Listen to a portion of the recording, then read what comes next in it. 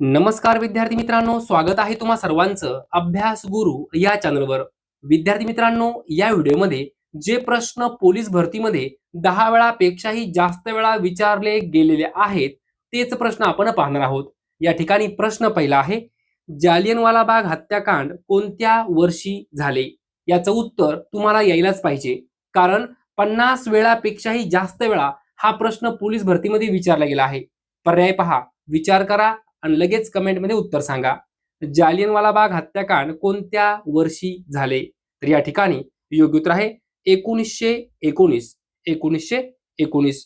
पुढील प्रश्न पहा, केसरी वृत्तपत्र कोणी सुरू केले? केसरी वृत्तपत्र कोणी सुरू केले? तर या ठिकाणी योग्य उत्तर आहे बाळ गंगाधर टिळक, म्हणजेच लोकमान्य टिळक. लोकमान्य टिळकांनी केसरी वृत्तपत्र सुरू केले. पुढील प्रश्न पहा, जागतिक जलदिन कोणत्या दिवशी साजरा केला जातो? जागतिक जलदिन.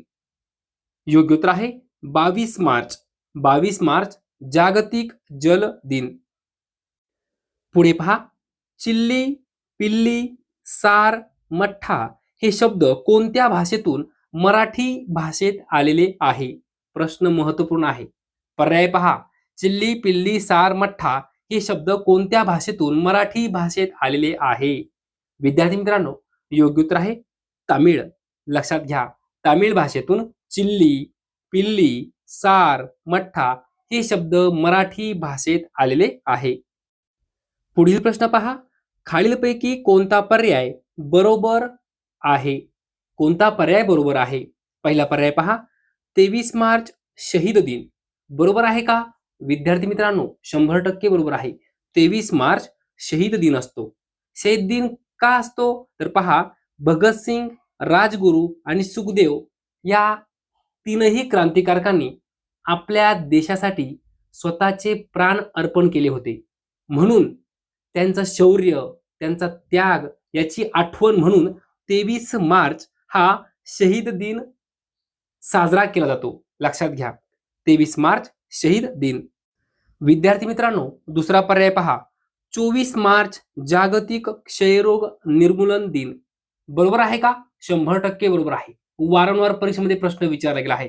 24 मार्च जागतिक क्षयरोग निर्मूलन दिन. दुसरा पर्याय बरोबर आहे.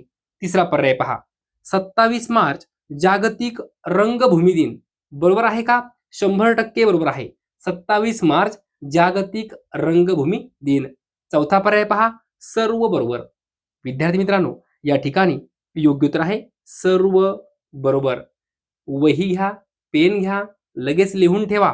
23 मार्च शहीद दिन, 24 मार्च जागतिक क्षयरोग निर्मूलन दिन, 27 मार्च जागतिक रंगभूमी दिन. तीनही पर्याय बरोबर आहे. या प्रश्नाचं योग्य उत्तर आहे 4 नंबर पर्याय, सर्व बरोबर. पुढील प्रश्न पहा, गांधीजींनी भारतात पहिला सत्याग्रह कोठे केला? विद्यार्थी मित्रांनो, प्रश्न सोपा आहे, पण विचार करायला लावणारा प्रश्न आहे. गांधीजींनी भारतात पहिला सत्याग्रह कोठे केला? तर या ठिकाणी योग्य उत्तर आहे चंपारण्य या ठिकाणी. पुढील प्रश्न पहा, खालीलपैकी गटात न बसणारे संख्या विशेषण ओळखा. काय म्हटलं आहे? खालीलपैकी गटात न बसणारे संख्या विशेषण ओळखा. पहिला पर्याय पहा, काही. विद्यार्थी मित्रांनो, काही हे संख्या विशेषण आहे, पण कोणत्या प्रकारचं आहे? तर पहा, काही म्हणजे नक्की माहिती का आपल्याला किती? आपण काय म्हणतो? काही म्हणजे काय? अनिश्चित आहे. काय आहे? अनिश्चित. म्हणजे काही काय आहे? अनिश्चित संख्या विशेषण. काय आहे? अनिश्चित संख्या विशेषण.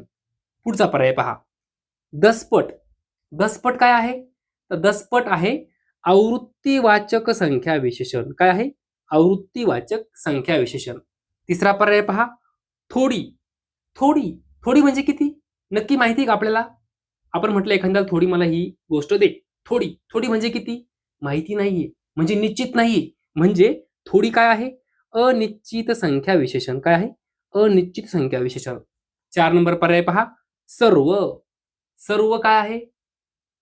सर्व म्हणजे किती नेमकं? नक्की माहिती का? नाही. सर्व मग काय आहे? अनिश्चित संख्या विशेषण. लक्षात घ्या, या ठिकाणी काही, थोडी, सर्व हे तीनही काय आहे? अनिश्चित संख्या विशेषण आहे. आणि जो काही 2 नंबर पर्याय आहे ते काय आहे? तर आवृत्तीवाचक संख्या विशेषण. काय आहे? आवृत्तीवाचक संख्या विशेषण. विद्यार्थी मित्रांनो, या ठिकाणी योग्य उत्तर काय असणार आहे? योग्य उत्तर आहे 2 नंबर पर्याय. कारण प्रश्न असा विचारला आहे, गटात न बसणारे संख्या विशेषण ओळखा. योग्य उत्तर आहे 2 नंबर पर्याय. बाकी 3 पर्याय जे आहे ते अनिश्चित संख्या विशेषण आहे आणि 2 नंबर पर्याय आहे आवृत्तीवाचक संख्या विशेषण आहे. पुढे पहा, गांधी आयर्विन करार कधी झाला? विद्यार्थी मित्रांनो, प्रश्न खूप महत्वपूर्ण आहे. गांधी आयर्विन करार कधी झाला?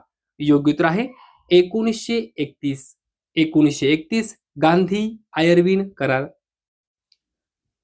बंगभंग विरोधी आंदोलनात कोणते गीत खूप लोकप्रिय झाले? पर्याय पहा. उत्तर काय असणार आहे? बंगभंग विरोधी आंदोलनात कोणते गीत खूप लोकप्रिय झाले? तर या ठिकाणी योग्य उत्तर आहे वंदे मातरम. वंदे मातरम. पुढे पहा, मुस्लिम लीगची स्थापना कोणत्या वर्षी झाली? 50 वेळापेक्षाही जास्त वेळा हा प्रश्न पोलीस भरतीमध्ये विचारला गेला आहे. मुस्लिम लीगची स्थापना कोणत्या वर्षी झाली? योग्य उत्तर आहे 1906. 1906. पुढे पहा, काटे या शब्दाचे लिंग कोणते? विद्यार्थी मित्रांनो, काटे. आपण असं म्हणतो का ती काटे? असं नाही म्हणू शकत. तो काटे असं म्हणतो का? नाही. आपण काय म्हणतो? ते काटे. ते काटे. ते म्हणजे काय? नपुसक लिंग. योग्य उत्तर आहे नपुसक लिंग. काटे या शब्दाचे लिंग कोणते आहे? नपुसक लिंग. पुढील प्रश्न पहा, भाववाचक नाम ओळखा. पर्याय पहा, उंची, शरद, पुस्तक, झाड. विद्यार्थी मित्रांनो, विचार करा आणि उत्तर सांगा. भाववाचक नाम ओळखा. योग्य उत्तर आहे उंची. उंची काय आहे? भाववाचक नाम.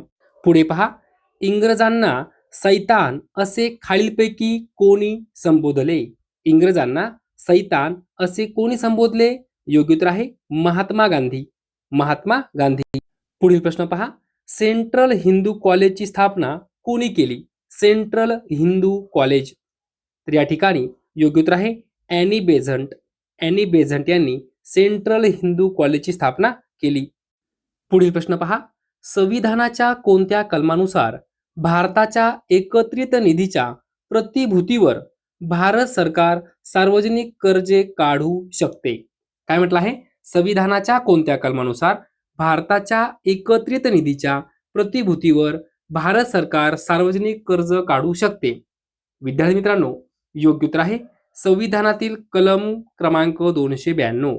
संविधानातील कलम क्रमांक 292 नुसार भारताच्या एकत्रित निधीच्या प्रतिभूतीवर भारत सरकार सार्वजनिक कर्ज काढू शकते. पुढील प्रश्न पहा, समाजवादी धर्मनिरपेक्ष राष्ट्राची एकात्मता हे शब्द कितव्या घटना दुरुस्तीनुसार संविधानाच्या सरनाम्यात समाविष्ट करण्यात आले? काय म्हटलं आहे? समाजवादी धर्मनिरपेक्ष राष्ट्राची एकात्मता हे शब्द कितव्या घटना दुरुस्तीनुसार संविधानाच्या सरनाम्यात समाविष्ट करण्यात आले? योग्य उत्तर आहे 42वी घटना दुरुस्ती. लक्षात घ्या, 42वी घटना दुरुस्ती. पुढील प्रश्न पहा, सती प्रथा बंदी कायदा कोणी केला? कोणी केला सती प्रथा बंदी कायदा? कोणी केला? तर लॉर्ड बेंटिक. Lord Bentinck. पुढे पहा, विधवा पुनर्विवाह कायदा कोणत्या वर्षी मंजूर झाला? कोणत्या वर्षी मंजूर झाला? तर 1856. विधवा पुनर्विवाह कायदा 1856 या वर्षी मंजूर झाला. पुढील प्रश्न पहा, गीता रहस्य हा ग्रंथ कोणी लिहिला? गीता रहस्य 50 वेळापेक्षाही जास्त वेळा हा प्रश्न पोलीस भरतीमध्ये विचारला गेला आहे. गीता रहस्य हा ग्रंथ कोणी लिहिला? योग्य उत्तर आहे बाळ गंगाधर टिळक म्हणजेच लोकमान्य टिळक. लक्षात घ्या, गीता रहस्य हा ग्रंथ लोकमान्य टिळकांनी लिहिला. विद्यार्थी मित्रांनो, आपला शेवटचा प्रश्न आहे, पुणे करार कोणामध्ये झाला? पुणे करार कोणामध्ये झाला? याचं उत्तर तुम्हाला यायलाच पाहिजे. पर्याय पहा, विचार करा आणि कमेंटमध्ये उत्तर सांगा. पुणे करार कोणामध्ये झाला? तर पहा, या ठिकाणी योग्य उत्तर आहे महात्मा गांधी आणि डॉक्टर बी आर आंबेडकर म्हणजे डॉक्टर बाबासाहेब आंबेडकर लक्षात ठेवा, पुणे करार हा महात्मा गांधी आणि डॉक्टर बाबासाहेब आंबेडकर यांच्यामध्ये झाला. 100 वेळापेक्षाही जास्त वेळा हा प्रश्न पोलीस भरतीमध्ये विचारला गेला आहे. विद्यार्थी मित्रांनो, जर तुम्हाला हा व्हिडिओ आवडला असेल तर नक्की लाईक करा, शेअर करा, सबस्क्राईब करा. धन्यवाद.